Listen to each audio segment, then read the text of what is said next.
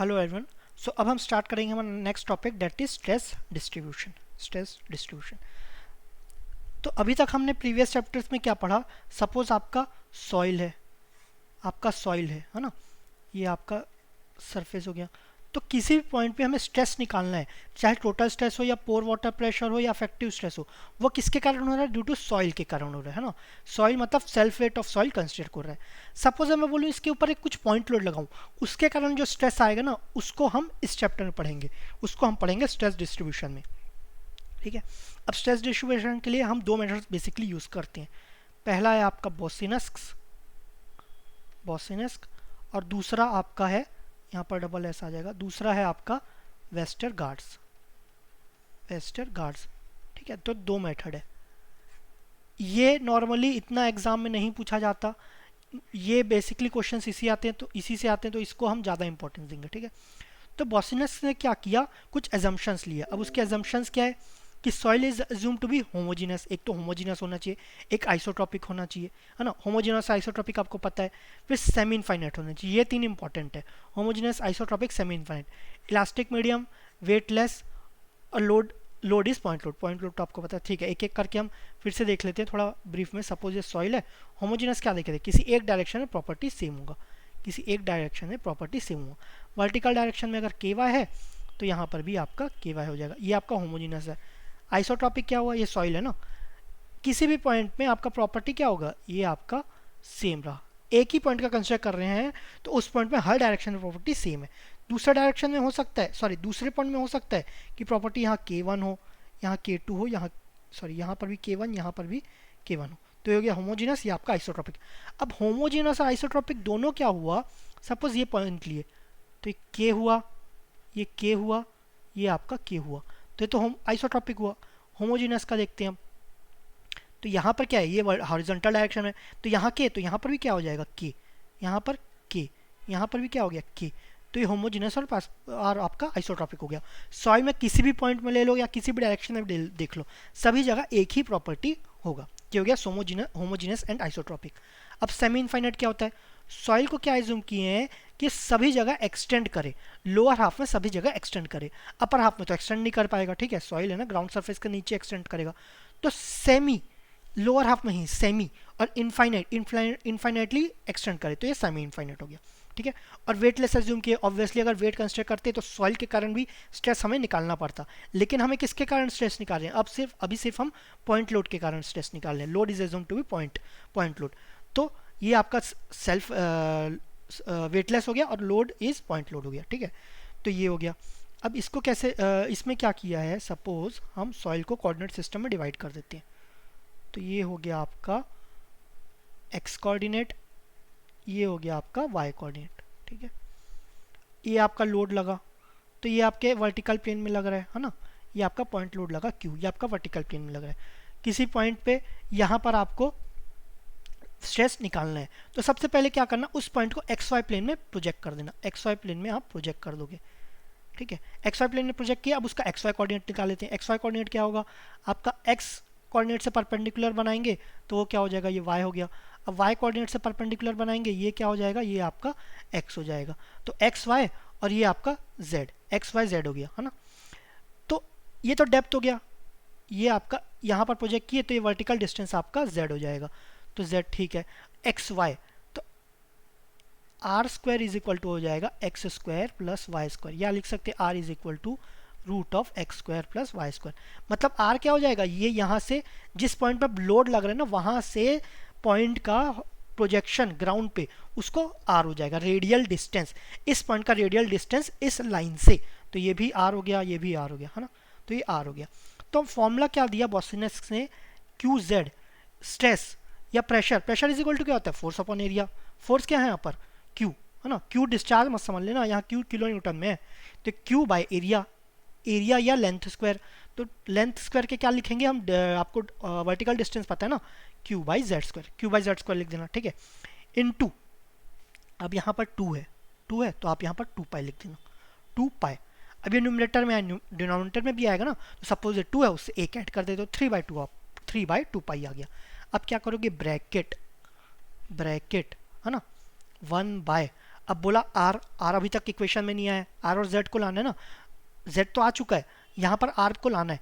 अब बोला Z square, बोला 2 का तो यहाँ पर ले आया, तो मुझे भी आना है, मुझे भी दोबारा आना है, तो 1 plus R by Z, R by Z. अब ये खुला खुला अच्छा नहीं लग रहा है, इसको स्क्वायर लगा देते हैं, स्क्वायर, यहाँ पर 2 आया ना, तो यहाँ पर भी 2 लगा देते हैं, यहाँ पर भी आपका कुछ पावर आएगा, यहाँ पर भी आपका 2 लगा दे, देखना 2 कैरी फॉरवर्ड हो रहा है, यहाँ पर भी 2, यहाँ पर भी 2, और यहाँ पर भी आपका नीचे आपका 2 आया। अब ऊपर क्या लिखेंगे, अब 3 लिखेंगे तो कॉपी पेस्ट हो जाएगा, कॉपी पेस्ट नहीं करना है, बस ने बोला मैं कॉपी पेस्ट नहीं करूँगा, तो ये आ गया 5। ठीक है, तो ऐसा कुछ आप फॉर्मूला याद करने का तरीका।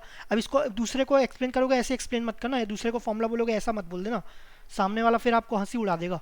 ठीक है, आपको अपने तक ही रखना है, ऐसा कुछ आप याद करना। तो सिग्मा जेड हो गया ये Q by Z square into 3/2 into 1/1 plus R by Z whole square to the power 5/2। ठीक है, अगर ये कुछ सोचोगे इतना गंदा फॉर्मूला हम याद करके नहीं जाएंगे तो आपका ही लॉस है। सिविल में बहुत सारे गेट में बहुत सारे ऐसे इक्वेशंस आएंगे कि आपको याद करना ही करना है। ठीक है, स्किप करके मत जाना, ये वाला तो फॉर्मूला खासकर। ठीक है, ये नहीं बोल रहा हूँ कि हर साल क्वेश्चन आता है, लेकिन हाई चांसेस है अगर इस चैप्टर से क्वेश्चन आ रहे हैं तो इससे क्वेश्चंस आएंगे ही आएंगे। ठीक है, अब प्रीवियस ईयर क्वेश्चन से आप देख ही लोगे कि कितने क्वेश्चंस आ रहे हैं, तो ये आपके ऊपर ही रहेगा इसको सॉल्व करना है कि नहीं करना है। ठीक है, तो ये आपका वॉसिनस्क हो गया।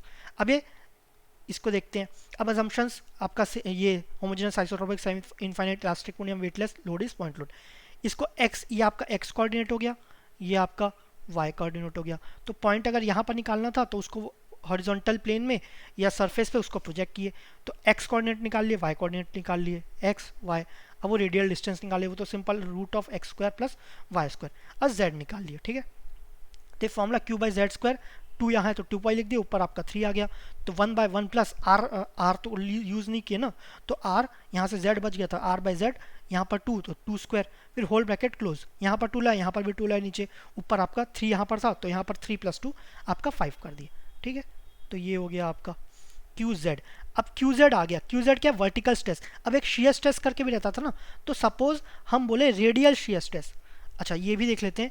तो क्यू बाई जेड स्क्वायर ये क्या है, इसको के बी के टर्म्स में लिख लें, कांस्टेंट नहीं होगा, आर और जेड सेम होगा। सपोज मैं बोलूँ अब अगर हमें स्ट्रेस निकालना है, इसी लाइन पे निकालना है, इस लाइन पे कहीं पर निकालना है, तो इस लाइन पे आर क्या हो जाएगा, आर तो 0 हो जाएगा ना, रेडियल डिस्टेंस क्या है, इस लाइन से डिस्टेंस, अगर इसी पॉइंट लाइन पे ले रहे हैं तो आर इज इक्वल टू 0 हो जाएगा। अब फॉर्मूला में पुट करोगे तो क्या होगा, Q by Z square into 3/2 पाई, और यहाँ पर क्या होगा 1/1 प्लस 0 दैट इज 1/1, तो 1, तो Q by Z square 3/2 pi. तो सिग्मा जेड को क्या लिख सकते हैं, is proportional to 1/z square, inversely proportional to depth of square, square of depth. ठीक है, तो ये आ जाएगा ऐसा कुछ। अब ये वर्टिकल स्ट्रेस का बोला। अब मैं बोलूँ कि इसी पॉइंट पे शेयर स्ट्रेस निकालते हैं, रेडियल शेयर स्ट्रेस। तो रेडियल शेयर स्ट्रेस का फॉर्मूला हो जाएगा आपका tau R Z, R by Z into sigma Z, vertical stress into R by Z कर देंगे। जेड हमेशा डिनोमिनेटर में आ रहा है ना, आर न्यूमिनेटर में आ रहा है, तो इंटू आर बाई जेड कर देंगे, तो आपका रेडियल शेयर स्ट्रेस आ जाएगा। अब सॉरी, अब मैं बोलूँ कि सपोज आपका इसी लाइन पे रेडियल शेयर स्ट्रेस निकालेंगे, इसी लाइन पे, तो आर इज इक्वल टू क्या हो जाएगा 0, तो ये कितना हो जाएगा रेडियल शेयर स्ट्रेस, ये भी आपका 0 हो जाएगा, टाउ आर जेड ये भी आपका 0 हो जाएगा। ठीक है, तो ये आपका शेयर स्ट्रेस था, ये आपका वर्टिकल शेयर स्ट्रेस डिस्ट्रीब्यूशन था, तो बॉसिनेस हिसाब से ये आपका वर्टिकल था, ये आपका रेडियल था। इससे भी ज़्यादा क्वेश्चन नहीं आते, मेन फॉर्मूला आपका ये है। ठीक है, ये वाला तो याद करना ही है। अब ये पॉइंट लोड के लिए था, है ना। अब आगे देखेंगे कि पॉइंट लोड या सर्कुलर लोड ऐसा कुछ आता है तो उसमें कैसे चेंज होगा। उससे पहले देखते हैं आइसो बार। आइसो बार क्या, आइसो मतलब क्या हुआ आपका सेम, आइसो मतलब सेम। बार क्या हुआ, बार क्या है, ठीक है, pressure of unit, pressure of unit. Bar से कहीं और मत चले आना, हम इंजीनियरिंग का पढ़ रहे हैं, तो ये हो गया pressure of, sorry unit of pressure, unit of pressure. ठीक है, यूनिट ऑफ प्रेशर, है ना। बार का नाम लेके उल्टा सीधा हो जाता है कई बार, तो आप ध्यान रखना यूनिट ऑफ प्रेशर। तो आइसो मतलब सेम और बार क्या, यूनिट ऑफ प्रेशर। तो इसको क्या लिख सकते हैं हम, सेम प्रेशर, सेम प्रेशर। तो क्या हो गया, line joining points of same pressure, line joining points of same pressure, ये आपका आइसोबार हो गया। ठीक है, इसको हम बनाएंगे, सपोज ये सॉइल है, ये आपका लोड लग रहा है, तो ये कुछ आपका जो जो प्रेशर है ना, यहाँ पर 5 है, यहाँ पर 5, यहाँ पर 5, ऐसा करके इस डायरेक्शन में जितने भी 5 के बनेंगे उसको ज्वाइन करें, तो ऐसा कुछ बना। तो ये वाला क्या हो जाएगा, इस लाइन को क्या बोलेंगे हम, आइसोबार। तो ज़रूरी ना 5 को ज्वाइन करें, सपोज हम 10 को ज्वाइन किए, 5 को ज्वाइन किए, तो ये आपका मल्टीपल्स आइसोबार हो गए। ठीक है, आइसोबार हो गया। सपोज हम ऐसा सबसे दूर पे जो आइसोबार है ना वो बनाए, सबसे दूर पे आइसोबार बनाए, है ना।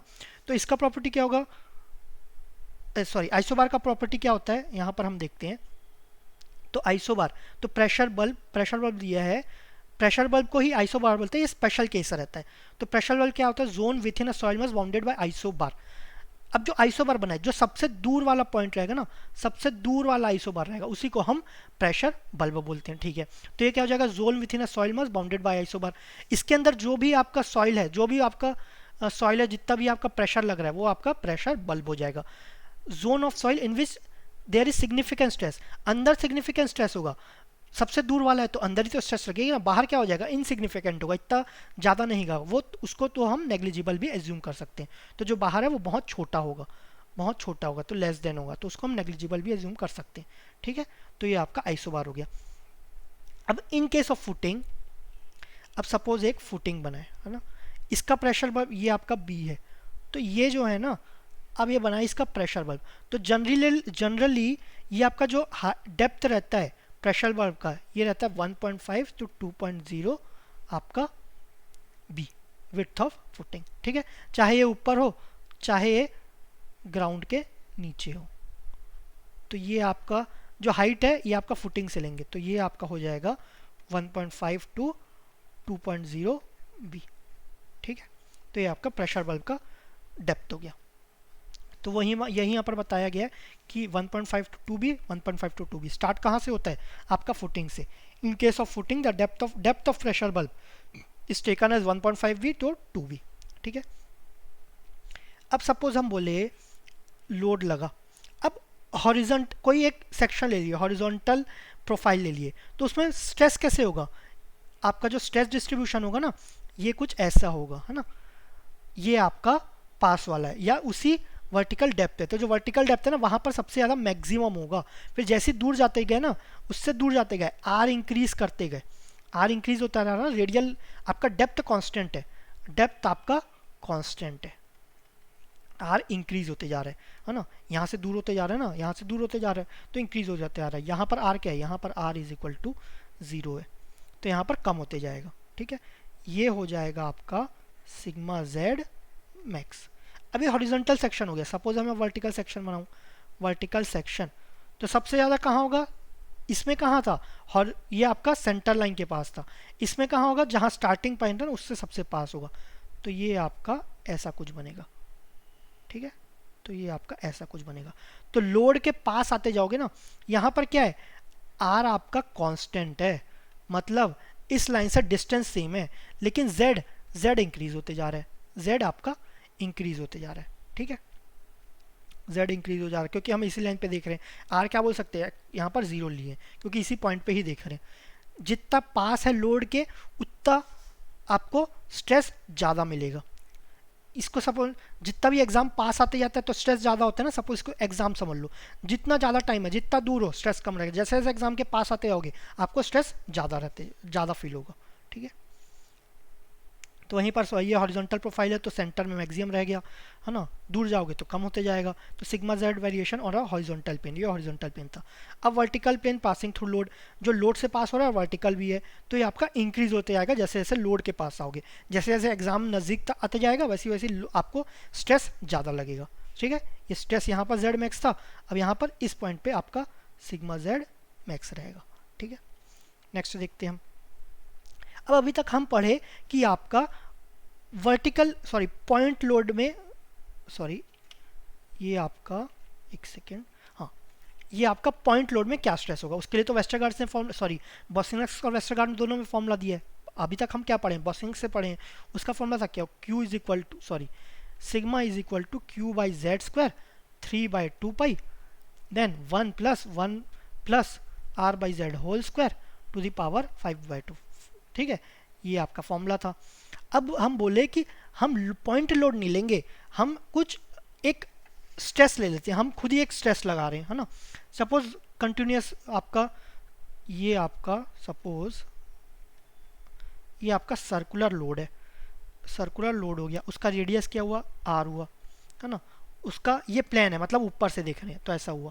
अब फ्रंट व्यू देखते हैं, फ्रंट व्यू इंजीनियरिंग ग्राफिक्स में पढ़े होंगे, तो ये आपका ऐसा कुछ होगा, है ना। तो ये लोड यहाँ पर क्या है, यहाँ पर कुछ आपका स्ट्रेस लगाएगा, सपोज क्यू का स्ट्रेस लगा रहा है, क्यू का स्ट्रेस, लोड कितना लगाएगा, आप क्यू इंटू एरिया कर दोगे तो लोड मिल जाएगा, लेकिन हर पॉइंट में लगाएगा, तो हर पॉइंट में स्ट्रेस कितना है आपका स्मॉल क्यू है। तो ये तो आपको ये इस पॉइंट पे आपको क्यू मिल गया, ठीक है।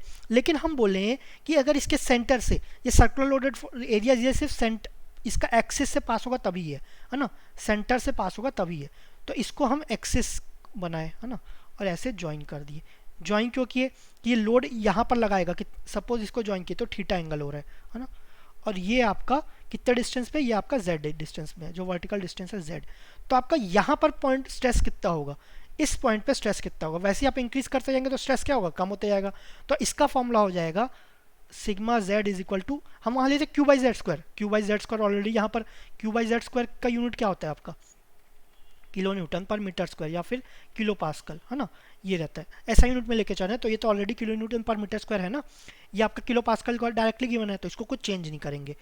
अब उसमें क्या था आपका q by Z square 3/2 pi कुछ कुछ इनटू था, फिर 1/1 plus R plus Z square to the power 5/2। अब इसमें क्या बोला, मैं सिंपल रखूंगा, मैं कोई इंटू इंटू नहीं करूंगा, तो simple 1/1 plus R plus Z whole square, ये तो आपका वही था, है ना, ये तो आपका सेम कॉपी पेस्ट कर दिया। अब पावर वो बोला कि नहीं नहीं पूरा कॉपी पेस्ट करूंगा तो डाउट हो जाएगा, है ना, पूरा कॉपी पेस्ट नहीं करना, यहाँ पर क्या कर दूंगा, यहाँ पर थोड़ा सा चेंज कर दूंगा, 3/2 हो गया, और यहाँ पर 1 माइनस कर दो, तो ये सर्कुलर के केस में हो जाएगा। 3/2 पाई यहाँ पर कुछ इंटू नहीं हुआ है, क्यू बाई जेड स्क्वायर की जगह यहाँ पर क्यू लिख दिए, कॉपी पेस्ट करना है 1/1 plus R plus Z whole square, कोई मल्टीप्लाइंग फैक्टर यूज नहीं किए। अब पावर चेंज कर दिए 5/2 के जगह 3/2, और यहाँ पर 1 माइनस कर दिए। तो ये होता है सर्कुलर लोडेड एरियाज के लिए, सर्कुलर लोडेड एरियाज। और ये कहाँ के लिए होता है, सिर्फ एक्सिस के लिए रहता है ना, ये सिर्फ एक्सिस में रहेगा। तो ये आपका प्लेन हो गया, ये आपका फ्रंट व्यू हो गया, है ना। यहाँ पर आपका क्यू स्ट्रेस लग रहा है यहाँ पर, और इसको फ्रंट व्यू में देखे तो ये आपका आर रेडियस है, और नीचे को थीटा एंगल से, थीटा वाला भी फॉर्मूला है, तो इसको मैं ज़्यादा नहीं पढ़ा रहा हूँ, वो वाला फॉर्मूला मैं आपको नहीं बता रहा हूँ, वो कभी पूछा नहीं गया है ना। तो Q Z is equal to Q 1-1/1 plus R plus Z whole square का whole power 3/2, applicable only when it is below centre of gravity of loading. इसका सेंटर ऑफ ग्रेविटी है, ये रेडियस है, ये सेंटर है, उससे ही अगर पास होगा तभी ये फॉर्मूला एलिजिबल होगा, ठीक है। नेक्स्ट हमारा Newmark's influence chart. Newmark's influence chart, suppose क्या किए, अब हमें कुछ फॉर्मूला वाला नहीं पता, है ना, कोई फॉर्मूला नहीं पता, हमें क्या पता है कि जो फुटिंग है उसका हमारे पास मैप है या प्लान है, जो भी बोलना चाहो, मैप है या प्लान है, ठीक है, प्लान है। अब वो फिगर से ही मैं सोचूं कि मुझे पता चल गया कि स्ट्रेस कितना लगाएगा किस डेप्थ पे, ठीक है। तो उसके लिए क्या करें, न्यूमार्क्स ने क्या किया, एक इन्फ्लुएंस चार्ट बनाया, है ना। तो आपका एक सर्कल हो गया, दूसरा सेक्टर, ये आपका तीसरा सेक्टर, और यहाँ पर और डिवाइड कर दिया, ठीक है। सपोज ये सेंटर से पास हो रहा है ना, सेंटर से पास हो रहा है, तो इसमें क्या किया, इसको मल्टीपल सेक्टर्स में उसने डिवाइड कर दिया। तो सपोज ये एक सेक्टर है, ये एक सेक्टर है, ऑब्वियसली यहाँ का एरिया कम है, यहाँ का एरिया ज़्यादा है, तो क्या किया, फुटिंग को इसके ऊपर रख दिया, अब क्या बोला कि स्ट्रेस जितना भी, पहले फॉर्मूला देख लेते हैं, तो सिग्मा जेड होता है आपका I N Q, where Q is load intensity किसका, फुटिंग का, जो भी फुटिंग आपका लोड इंटेंसिटी लगाएगा ना, तो लोड इंटेंसिटी ऑफ फुटिंग, ठीक है। अब न्यूमार्क्स ने क्या बोला कि हर आपका जो सेक्टर है ना वो आपका इक्वल स्ट्रेस करेगा सेंटर पे, इक्वल स्ट्रेस। तो जितना पास है, हमने तो ये सुना था जो पास वाला ज़्यादा स्ट्रेस है, दूर वाला कम स्ट्रेस रहेगा, लेकिन ये देखोगे इसका एरिया कम है, इसका एरिया ज़्यादा है, तो ज़्यादा एरिया देके ये सेम स्ट्रेस दे रहा है इसके कम के एरिया से, ठीक है, ये बैलेंस आउट हो रहा है। तो अब न्यूमार्क्स ने क्या किया कि अब बोला कि जो भी प्लान बनाओ इसके ऊपर ओवरलैप कर दो, तो जितना भी सेक्टर कवर हो रहा है ना वो आपका क्या हो जाएगा, एन। तो एन हो गया number of sectors covered by footing plane, covered by footing plane. ठीक है, हमारा एन मिल गया। क्यों, तो फुटिंग प्लेन का आपका लोड इंटेंसिटी है। अब ये आई क्या है, ये क्या है, जितने भी नंबर ऑफ सेक्टर्स है ना, number of sector, total number sectors, तो ये इसका इन्वर्स हो जाएगा। I is equal to 1 by total number of sectors. ठीक है, सेक्टर्स इन द चार्ट, कहाँ, चार्ट पे, तो ये हो गया इन द चार्ट, तो ये आई हो गया। नॉर्मली इसका वैल्यू 0.005 से 0.01 रहता है। तो ये आपको आई भी मिल गया, एन भी मिल गया, कितने नंबर ऑफ सेक्टर्स उसमें ओवरलैप हो रहा है, और ये आपको क्यू मिल गया। ठीक है, तो ये आपका फॉर्मूला बन गया। तो सिग्मा जेड क्या हो जाएगा, आई इंटू एन इंटू क्यू। ठीक है, वही बताया गया, आप उसको सेक्टर्स में डिवाइड कर दो, एक सेक्टर हो गया, सेक्टर और एरिया यूनिट, ये दूसरा सेक्टर हो जाएगा। तो each sector cause equal stress at centre, तो हर सेक्टर है वो इक्वल स्ट्रेस एट सेंटर होगा। ठीक है, तो यहाँ का एरिया कम है, यहाँ का एरिया ज़्यादा है, तो इक्वल स्ट्रेस देने के लिए इसको एरिया अपना, इसको ज़्यादा एरिया कंसिडर किए। ठीक है, उसका फॉर्मूला हो गया sigma Z is equal to I N Q, where I is the influence coefficient of the chart, influence coefficient of the chart, influence coefficient of the chart, और उसका जो वैल्यू है वो यहाँ से निकालते हैं, 1 by total number of sectors of the chart. एक चार्ट में कितने नंबर ऑफ सेक्टर्स हैं। ठीक है, नॉर्मली इसका रेंज 0.005 टू 0.01 रहता है। ये आई हो गया। क्यों, क्या हो गया, load intensity of the footing हो गया, एन हो गया, फुटिंग को रखे, फुटिंग का आपका फुटिंग प्लेन रखें, तो नंबर ऑफ सेक्टर्स कितने कवर हो रहे हैं, number of sectors covered by footing plane, तो आपको एन मिल गया, तो आई एन क्यू। ठीक है, ये किस लिए यूज होता है, to find sigma Z at any point under any shape of the load. आपको वर्टिकल स्ट्रेस निकालने के लिए कोई भी लोड से किसी भी शेप पे, है ना, तब ये यूज आता है। और ये किस पे बेस्ड है, ये आपका बॉसिनेस थ्योरी पे बेस्ड है। ठीक है, इससे ज़्यादा ऐसे डिटेल में एकदम घुस के क्वेश्चन नहीं आएगा, ये आपको सिंपल ही क्वेश्चन आएगा इससे आया तो। ठीक है, नेक्स्ट देखते हैं। नेक्स्ट हुआ आपका वेस्टरगार्ड। तो हम वेस्टरगार्ड का क्या है, सॉरी बॉसिनेस का पूरा पढ़ लिए, अब वेस्टरगार्ड का, है ना। वेस्टरगार्ड क्या बोला, पॉइंट लोड होना चाहिए, आपका स्ट्रेटिफाइड थिन लेयर होना चाहिए। स्ट्रेटिफाइड थिन लेयर्स क्या होता है देखते हैं, और सेटलमेंट आपका यूनिफॉर्म होना चाहिए। ठीक है, ये देखते हैं हम वेस्टरगार्ड। सपोज आपका सॉइल है,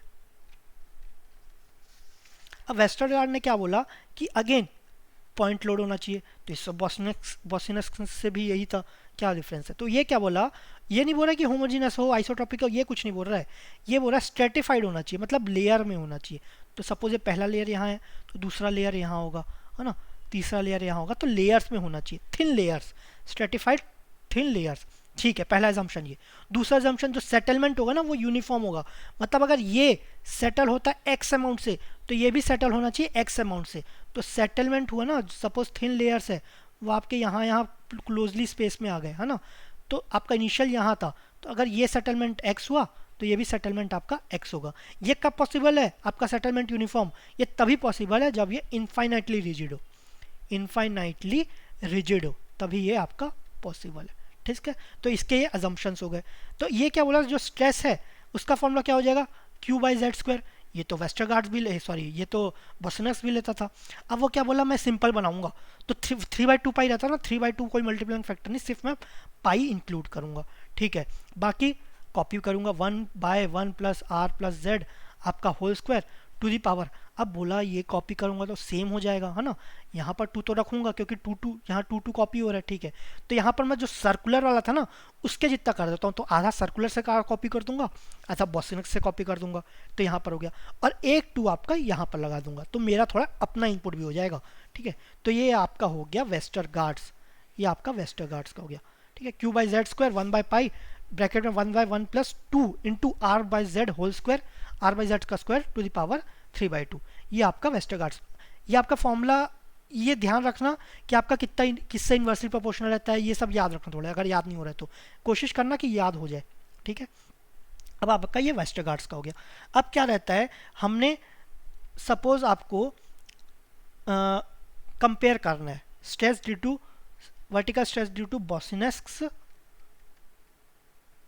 और आपका वर्टिकल स्ट्रेस ड्यू टू आपका वेस्टरगार्ड्स। ठीक है, तो इसको मैं लिखूंगा सिग्मा जेड बी और सिग्मा जेड आपका डब्ल्यू।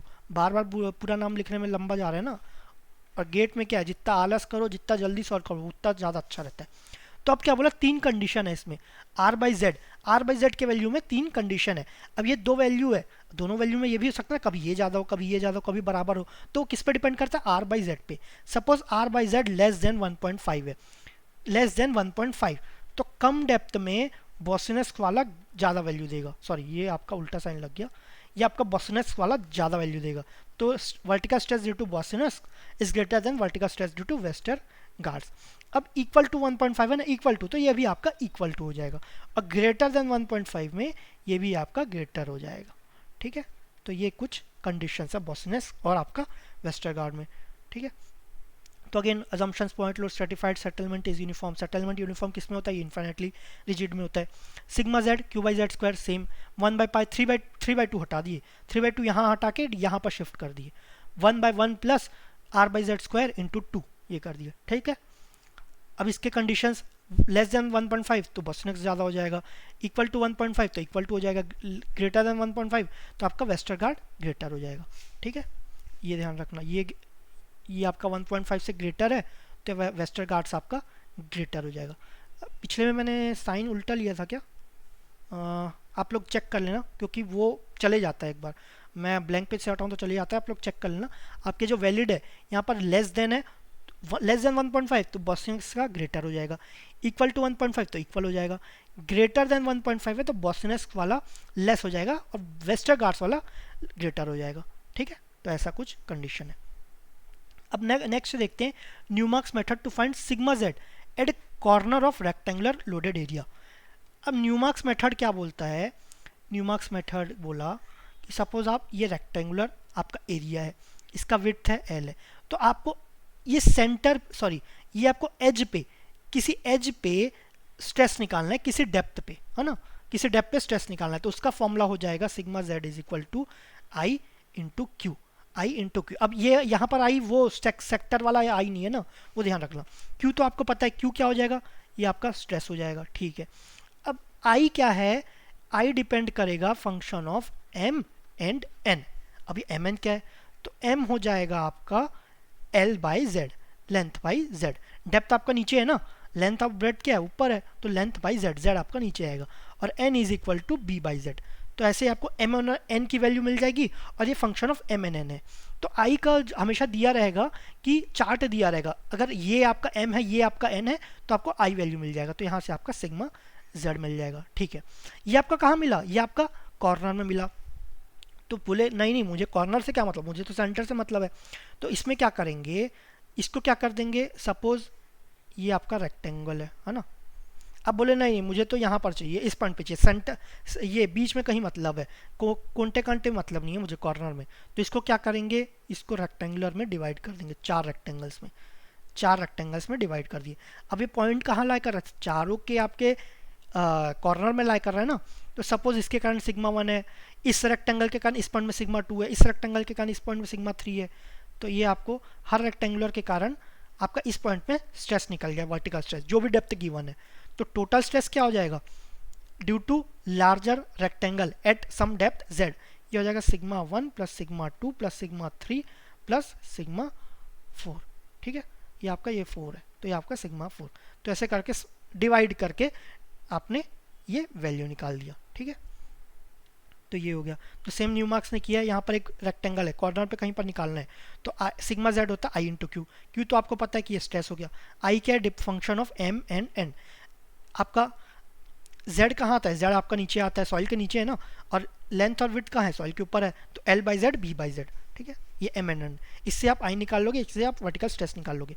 अब सेम एक रेक्टेंगल है, किसी सेंटर पॉइंट पे निकालना है, तो चार रेक्टेंगल में डिवाइड कर दो, चारों रेक्टेंगल का आपको sigma Z 1 sigma Z 2 sigma Z 3 sigma Z 4 निकाल लो, हर उसके जो भी डेप्थ पे निकालना है उस डेप्थ पे निकाल लो, तो उसको ऐड कर दो, तो आपका जो आपका ओरिजिनल क्वेश्चन रहेगा वो आपका वैल्यू आ जाएगा। ठीक है, नेक्स्ट देखते हैं। अब अभी तक जो देखे हम देखे बॉसिनेस और वेस्टरगार्ड्स, उसमें कुछ इक्वेशंस थे। अब किसी ने बोला नहीं नहीं ये इक्वेशंस तो बहुत याद करने वाला है ना, ये कुछ याद करने वाला है, तो हमें कुछ अप्रॉक्सीमेट चाहिए, अप्रॉक्सीमेट मेथड बताओ कुछ कि तुरंत कम मेथड से कम आपके फॉर्मूला याद करने से वो याद हो जाए। ठीक है, तो उसको कैसे करेंगे? तो उसके लिए क्या करेंगे, सपोज ये आपका स्क्वायर हो गया, ये स्क्वायर या रेक्टेंगल हो गया। ठीक है, ये सिर्फ स्क्वायर रेक्टेंगल इसी केस के लिए बता रहा हूँ मैं, या कंटिन्यूस फुटिंग। तो ये सपोज प्लेन हो गया, प्लेन क्या ऊपर से देखते हैं, तो नीचे से देखेंगे फ्रंट व्यू से तो आपका ऐसा कुछ दिखेगा, ये फुटिंग। ठीक है, और ये आपका सॉइल हो गया, ये आपका सॉइल हो गया। ठीक है, अब ये स्ट्रेस होगा, ये स्ट्रेस होगा, है ना। तो स्ट्रेस दिया होगा ना, तो टोटल लोड निकालने हैं। टोटल लोड क्या होगा, सपोज ये बी है, ये एल है, टोटल लोड हो जाएगा Q into B into L. अगर टोटल लोड दिया होगा तो अच्छा है, और अच्छी बात है ना। तो ये क्यू दिया होगा, इससे आप स्मॉल क्यू दिया रहेगा स्ट्रेस, उससे आप टोटल लोड निकाल लेना। तो ये क्यू हो गया। अब बोला कि किसी डेप्थ पे आपको स्ट्रेस निकालना है, स्ट्रेस निकालना है, ठीक है।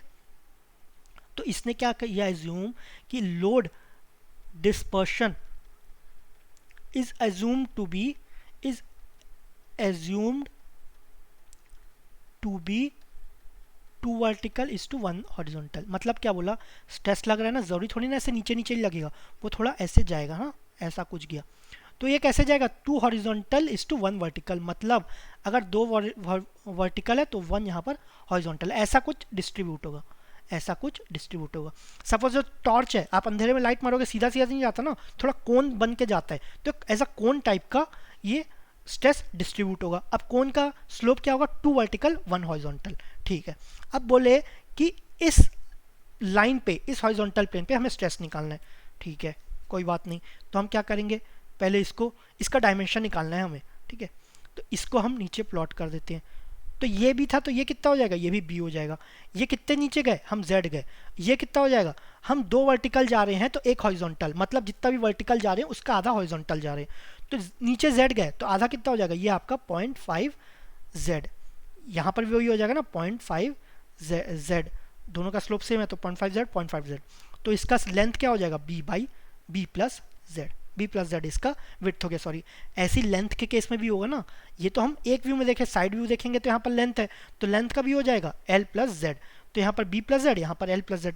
अब हम स्ट्रेस निकालेंगे, ये रेक्टेंगल के केस में बी और एल डिफरेंट है तो रेक्टेंगल हो गया। अब हम स्ट्रेस निकालेंगे, स्ट्रेस निकालेंगे वर्टिकल स्ट्रेस, तो ये हो जाएगा Q by B plus Z into L plus Z. B L हो गया आपका डायमेंशंस रेक्टेंगल्स के, और z हो गया डेप्थ हो गया, ये आपका रेक्टेंगल हो गया। अब बोले स्क्वायर में b और l तो सेम हो जाएगा, तो ये क्या हो जाएगा, b plus Z whole square, ठीक है, ये हो गया। अब बोले कंटिन्यूस फुटिंग में निकालना है, तो कंटिन्यूस फुटिंग में हो जाएगा q by B plus Z into 1। तो 1 तो कोई मतलब नहीं, तो q by B plus Z, तो ये हो जाएगा, ठीक है। तो ये हो गया। इतना डीप में मत पढ़ना, ये थोड़ा बहुत बेसिक पढ़ लेना। ये दोनों इंपॉर्टेंट है। ये इस चैप्टर में अगर नहीं पूछा तो आगे चैप्टर्स में इसका यूज़ है, ठीक है, आगे कंसोलिडेशन में इसका यूज़ आता है। तो ये हो गया अप्रॉक्सीमेट मेथड। जब भी बोला जाए जब भी अगर बॉसनेस से वेस्टरगार्ड बोला जाए, तो ये नहीं कि आप इस फॉर्मूला से निकाल लो और आप बॉसनेस या वेस्टरगार्ड में डाल दो। अब अगर याद नहीं है बात अलग है, लेकिन उसमें नेगेटिव मार्किंग के चांसेस होंगे। अगर आपको फॉर्मूला याद नहीं होगा तो छोड़ देना, ये मत ट्राई करना, क्योंकि वेस्टरगार्ड्स का भी हो सकता है कुछ ये फॉर्मूला अप्रॉक्सीमेट है ना, तो वेस्टरगार्ड या बॉसनेस से बीच में कुछ आता है ये, तो ध्यान रखना। तो load dispersion is assume to be 2v is to 1h, ये याद रखना, 2 वर्टिकल 1 हॉरिजॉन्टल। अगर आपको स्ट्रेस दिया है तो टोटल लोड निकाल लेना, L B into Q into area, तो ये आपका टोटल लोड हो जाएगा। अब नीचे कुछ डेप्थ पे निकालना है, तो वो ये भूल जाओ अगर याद नहीं है, डायरेक्ट फॉर्मूला लगाओ। और रेक्टेंगल है तो Q by B plus Z L plus Z, square है तो Q by B plus Z whole square, continuous है तो Q by B plus Z into 1, ठीक है, ये आपका अप्रॉक्सीमेट हो गया। अब नेक्स्ट टॉपिक है आपका vertical stress due to line load, vertical stress due to line load. अब ये जो है ये मैं नहीं पढ़ाता, लेकिन एक बार इसको पूछ चुका है, ठीक है, तो इसलिए मुझे अब तो पढ़ाना ही है। ऑल्दो ऐसा नहीं है कि जो क्वेश्चन लास्ट ईयर में पूछा गया वही मैं पढ़ा रहा हूँ, उससे 5-10% एक्स्ट्रा ही पढ़ा रहा हूँ, या जो मुझे इंपॉर्टेंट लग रहा है उसको भी मैं इंक्लूड कर दे रहा हूँ। लेकिन ये मेरे हिसाब से इंपॉर्टेंट नहीं था, लेकिन एक बार क्योंकि पूछा है गेट में तो मैं इसको इंक्लूड कर रहा हूँ। Vertical stress due to line load, suppose एक लाइन लोड है ना, क्यू है जेड स्ट्रेस, तो इसका फॉर्मूला हो जाएगा, ये आपका z हो गया। अब जो x है वो लाइन लोड से कितने डिस्टेंस पे होगा, ये आपका डिस्टेंस हो गया x। यहाँ पर रेडियल डिस्टेंस नहीं है, अगर एक लाइन है तो उससे परपेंडिकुलर शॉर्टेस्ट डिस्टेंस क्या होगा, एक ही डिस्टेंस होगा ना, तो वो हो गया x डिस्टेंस, ठीक है। तो z वर्टिकल हाइट, x आपका शॉर्टेस्ट डिस्टेंस हो गया। तो ये क्या हो जाएगा, q by Z into 2 by pi, है ना, 2 by pi 1/1 plus x by Z का स्क्वायर का होल स्क्वायर, ये आपका फॉर्मूला हो गया। इसको आपको याद करना है तो कर लेना, इसमें ठीक है आगे क्वेश्चंस आएंगे तो डिस्कस कर लेंगे। गेट में पूछा गया था, ये पूरा फॉर्मूला नहीं पूछा गया था, इससे अगर कुछ बेसिक भी अगर आपको पता होगा तो आपका सॉल्व हो गया था, ठीक है। नेक्स्ट देखते हैं। नेक्स्ट है आपका कॉन्टैक्ट प्रेशर। तो अभी हम पढ़े कि सॉइल, सपोज कुछ फुटिंग है, तो फुटिंग के कारण सॉइल में कुछ आपका वर्टिकल स्ट्रेस लग रहा है या स्ट्रेस लग रहा है। तो न्यूटन्स थर्ड लॉ में क्या बोला था, to every action there is an equal and opposite reaction. तो सॉइल में स्ट्रेस लग रहा है तो सॉइल भी कुछ स्ट्रेस लगाएगा फुटिंग पे। तो सॉइल जो भी फुटिंग पे स्ट्रेस लगाएगा ना, उसको बोलते हैं कॉन्टैक्ट प्रेशर। कॉन्टैक्ट प्रेशर, है ना। और ये किस पे डिपेंड करता है, ये दो चीज़ों पे डिपेंड करता है, आपका जो फुटिंग कैसा है, फुटिंग एंड आपका सॉइल कैसा है। तो type of footing and type of soil, ठीक है। तो आपका कॉन्टैक्ट प्रेशर हो गया, प्रेशर एक्सर्टेड है foundation soil on under side of the footing. अंदर साइड ऑफ द फुटिंग पे जो भी सॉइल आपका प्रेशर लगा है फुटिंग पे, ये हो गया आपका कॉन्टैक्ट प्रेशर सीपी। और depends on type of soil और type of footing, type of soil और टाइप ऑफ फुटिंग, ठीक है। टाइप ऑफ सॉइल में क्या हो जाएगा, ये आपका सैंड हो जाएगा, और क्या हो गया आपका क्ले हो गया। और आपका टाइप ऑफ फुटिंग में ये आपका रिजिड हो जाएगा, फ्लेक्सिबल हो जाएगा। तो इसको देखते हैं। सपोज हम पहले देखें रिजिड का, रिजिड। तो हम वेस्टरगार्ड्स में देखे थे ना, वेस्टरगार्ड का अजम्पशन क्या था कि सॉइल आपका स्ट्रेटिफाइड होना चाहिए, आपका सेटलमेंट यूनिफॉर्म होना चाहिए। सेटलमेंट यूनिफॉर्म किस में होता था, ये आपका सिर्फ रिजिड में होता है ना, रिजिड। तो इसमें रिजिड में हम बोल सकते हैं कि आपका सेटलमेंट यूनिफॉर्म होगा, है ना, चाहे इररेस्पेक्टिव ऑफ सॉइल।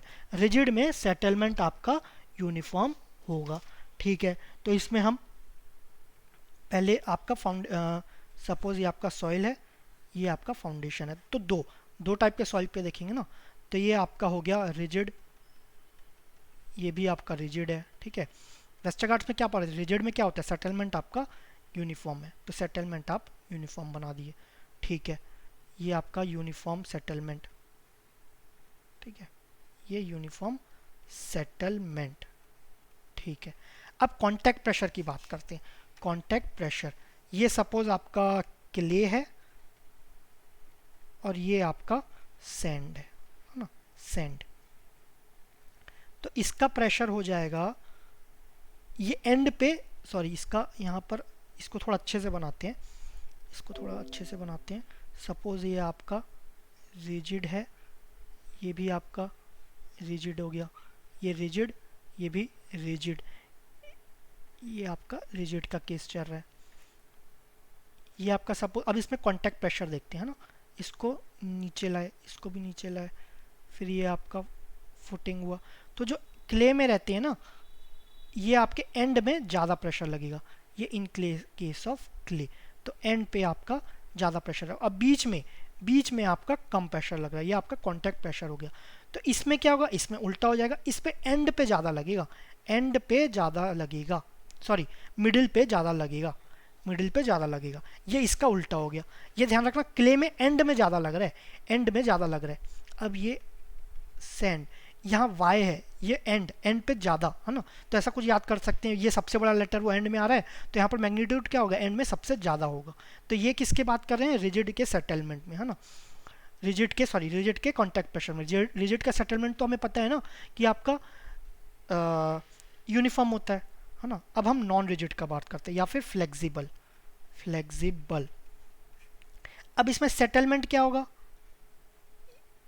सेटलमेंट इसमें ये पता है सेम तो नहीं होगा, है ना, इस पे सेम था, इस पे आपका सेटलमेंट सेम था, सेटलमेंट आपका सेम था, यहाँ पर जो मैग्नीट्यूड है यहाँ पर भी वही था, यहाँ पर भी वही था। अब इसमें ये पता है सेटलमेंट सेम तो नहीं होगा, फ्लेक्सिबल में कैसा होगा पता नहीं, ये अभी देखते हैं, है ना। ये आपका फ्लेक्सिबल हो गया, फ्लेक्सिबल। सबसे पहले क्ले की बात करते हैं, आपका कॉन्टैक्ट प्रेशर। अब इसमें क्या था, इसमें आपका सेटलमेंट यूनिफॉर्म था और कॉन्टैक्ट प्रेशर नॉन यूनिफॉर्म था। इसमें क्या सेटलमेंट नॉन यूनिफॉर्म होगा, लेकिन कॉन्टैक्ट प्रेशर क्या हो जाएगा, इसमें आपका सेम हो जाएगा, चाहे आप क्ले का ले लो या फिर सैंड का ले लो, ठीक है। तो ये आपका चार तो बहुत ईजी हो जाएंगे। कौन कौन से ईजी हो जाएंगे, जो आपका सेटलमेंट है यूनिफॉर्म में, ये आपका ईजी हो गया, तो ये आपका यूनिफॉर्म, ये आपका यूनिफॉर्म, इसमें आपका कॉन्टैक्ट प्रेशर आपका सेम हो जाएगा। अब आपको contact pressure in case of rigid और कॉन्टैक्ट सेट और आपका settlement in case of flexible निकालना है, फ्लेक्सिबल, है ना। अब आपका सेटलमेंट क्या होगा, इसको हम, ये आपका है, अब इसका सेटलमेंट क्या होगा, इसमें जो एंड पे मैक्सिमम था ना, एंड पे मैक्सिमम, इसका उल्टा हो जाएगा, एंड पे उस पे ज्वाइन हो गया, एंड पे उस पे ज्वाइन हो गया। अब इसमें एंड पे कॉन्टैक्ट प्रेशर क्या है, मिनिमम, इसमें क्या होगा, इसमें मैक्सिमम हो जाएगा, है ना, ये आपका मैक्सिमम, और कॉन्टैक्ट प्रेशर आपको यहाँ पर तक बढ़ा देते हैं, ठीक है। तो ये आप कुछ ऐसा याद कर सकते हो। और क्या कर सकते हो, send S for settlement and, तो जो सेटलमेंट है ना एंड पे मैक्सिमम रहेगा, सेंड मैक्सिमम, ऐसा कुछ याद करो। तो सेंड में आपके ये चार तो बहुत इजी है। रिजिड में सेटलमेंट आपका यूनिफॉर्म रहता है, रिजिड में सेटलमेंट आपका यूनिफॉर्म रहता है, तो इसमें आपका सेटलमेंट यूनिफॉर्म नहीं रहेगा, फ्लेक्सिबल, फ्लेक्सिबल में आपका कॉन्टैक्ट प्रेशर यूनिफॉर्म होगा, ठीक है। तो ये दोनों और ये दोनों तो याद हो गए, हमें ये दोनों और ये दोनों आपको याद करने। तो इसमें कैसे याद करोगे, सेंड सेटलमेंट, सेंड के सेटलमेंट में, सेंड में भी दो है ना आपका कॉन्टैक्ट प्रेशर सेटलमेंट, तो सेंड के सेटलमेंट में एंड में आपका मैक्सिमम रहेगा। तो ये याद हो गया। जब सेंड के एंड में मैक्सिमम होगा तो आपका क्ले के एंड में क्या होगा, मिनिमम हो जाएगा। तो ये आपका 0 हो गया, है ना। सेंड के सेटलमेंट में मैक्सिमम, सेंड के सेटलमेंट के एंड में मैक्सिमम, तो क्ले के सेटलमेंट के एंड में क्या हो जाएगा, ये आपका मिनिमम हो गया। तो ये तो सेटलमेंट का हो गया।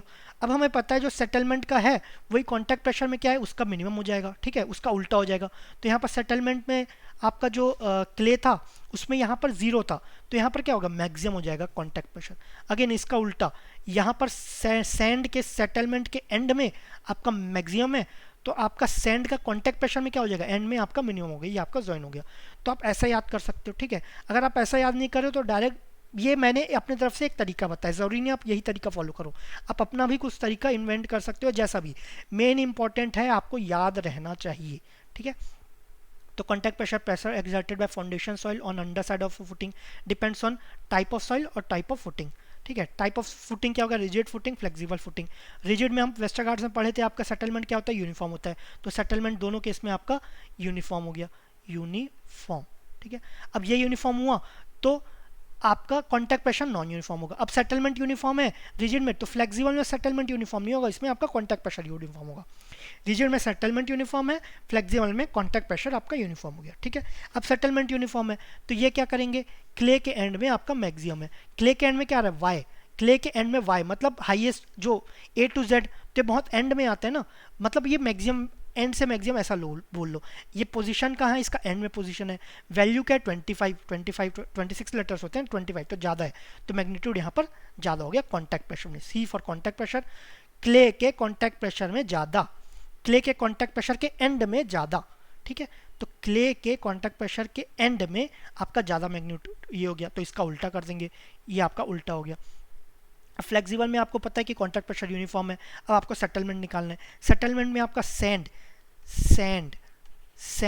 के सेटलमेंट के एंड में मैक्सिमम, ठीक है। तो ये सैंड के सेटलमेंट के एंड में आपका मैक्सिमम, यहाँ पर मैक्सिमम है तो यहाँ पर क्या होगा, उल्टा, ठीक है। तो दो चीज़ आपको एक तो याद रखना है, रिजिड में आपका सेटलमेंट आपका यूनिफॉर्म रहता है, पहला चीज़, इसका उल्टा आपको ये याद हो जाएगा। दूसरा याद कर लो, क्ले, क्ले के आपका कॉन्टैक्ट प्रेशर, क्ले के कॉन्टैक्ट प्रेशर के एंड में मैक्सिमम, एंड में 25, तो क्ले के कॉन्टैक्ट प्रेशर के एंड में मैक्सिमम 25, तो ये ज़्यादा हो गया, ठीक है, ये याद हो जाएगा। इसका उल्टा आप ये ले लोगे, सेंड, है ना। अब ये दोनों भी याद हो गया। अब आपको देखना है कॉन्टैक्ट प्रेशर, है ना, सॉरी कॉन्टैक्ट प्रेशर तो यूनिफॉर्म हो गया। अब आपको सेटलमेंट देखना है, सैंड के सेटलमेंट में एंड में मैक्सिमम, तो इसके एंड में आपका मैक्सिमम हो गया, तो इसका उल्टा ले लोगे फ्लेक्सिबल में, तो ये आपका यहाँ पर मिनिमम हो जाएगा, ठीक है। ये मेरे तरफ से था आपको ये आप एक ट्रिक समझ बोल लो या कुछ शॉर्टकट बोल लो, जो भी बोल लो, आपको ये नहीं करना है, अपने तरीके से आप ये देख सकते हो, ठीक है। ज़रूरी नहीं है, सब इंपॉर्टेंट है याद करना, ठीक है। सो इसमें इतने ही टॉपिक्स थे। Thank you very much.